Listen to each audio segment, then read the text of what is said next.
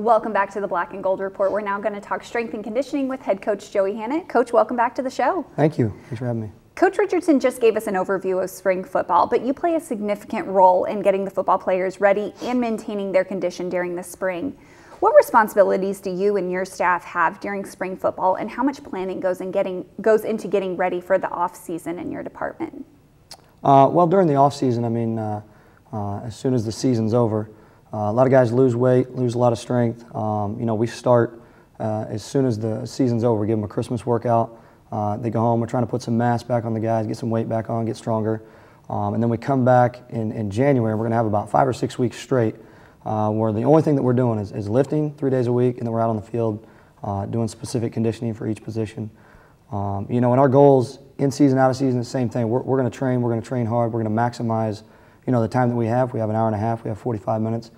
We're going to do whatever we can to keep the guys rolling. Now, we understand that during the season, during spring ball, stuff like that, we have to scale back what we're doing in the weight room just because, the guys are hitting each other. We're going to have tired legs, stuff like that. We can't, put more stress on them, but the goal is still the same. We're going to get in there. We're going to get after it. We're going to put some work in. Well, football is a unique sport in that there are many different body types on one team. For example, kickers have a much different level of conditioning and strength than an offensive lineman, and wide receivers are much different than linebackers, using that type of comparison. So can you walk us through the different types of conditioning you do for different positions on the football team?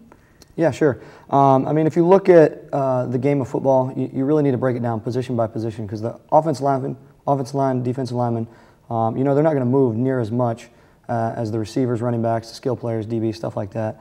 So when we think about our conditioning, what we're going to do with them, what we're going to run, agility, stuff like that, it's going to be tailored to what they're doing on the field. So, for instance, if we're doing agility, a route or something like that, some type of drill for a receiver, and he may go 30, 40 yards this way or whatever, an offensive lineman may stay within a 5, 10-yard box or something like that.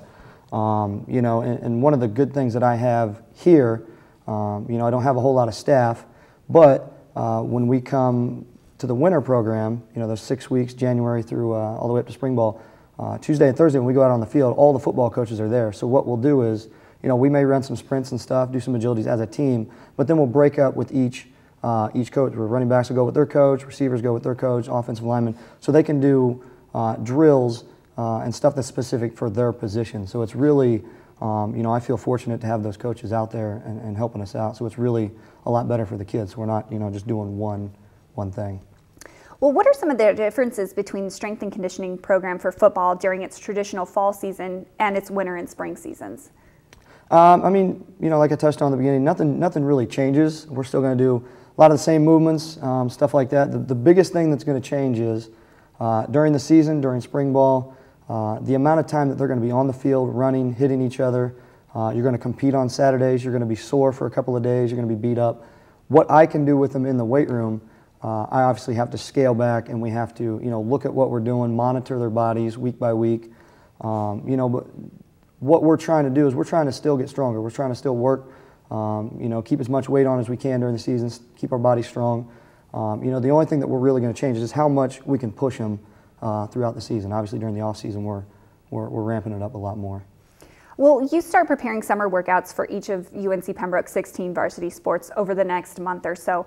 So what are some of the philosophies behind your program's designs, and how can you tell whether an individual student athlete has stuck to their summer regimen when they return in the fall? My philosophy has always been the first thing I want to do is develop athleticism, and what I mean by that is I want to develop an athlete. And when we think about an athlete, irregardless of sport, you need to be able to do some certain things. You need to be able to squat, you need to be able to do push-ups, pull-ups, you need to be able to do a lunge without falling over, jump rope, skip over a hurdle, jump over, simple things that we take for granted as kids that we can do, but as we get older, we kind of get out of those things. So we're gonna, we're gonna train a kid whenever they come in, a freshman. I don't care if it's a football player, tennis, volleyball, basketball, whatever it is. We're gonna train them from the beginning. We're gonna teach them the basics, and then from there, we're gonna build on that. If they can't squat their body weight, or they can't do a lunge or a push-up or something like that without falling over, we're obviously not going to put a couple 100 pounds on their back or make them bench press, something like that's going to get, obviously not good for the athlete. It's going to get the athlete hurt. And our goal is to progress them as they're here for 3, 4, maybe even 5 years. So we're going to start from the beginning, we're going to build from there. All right, well, we're going to take our next commercial break. When we come back, we're going to continue talking strength and conditioning with head coach Joey Hannett, so stay tuned.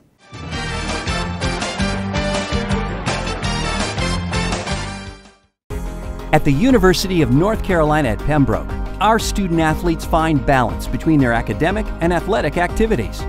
With graduation rates higher than the national average, our athletes excel in academics and have won the Peach Belt Conference President's Academic Award twice in the last 4 years. Since 2009, 43 athletes have been named NCAA All-Americans, and last year, 40 made All-Conference. Catch their winning spirit and support the Braves.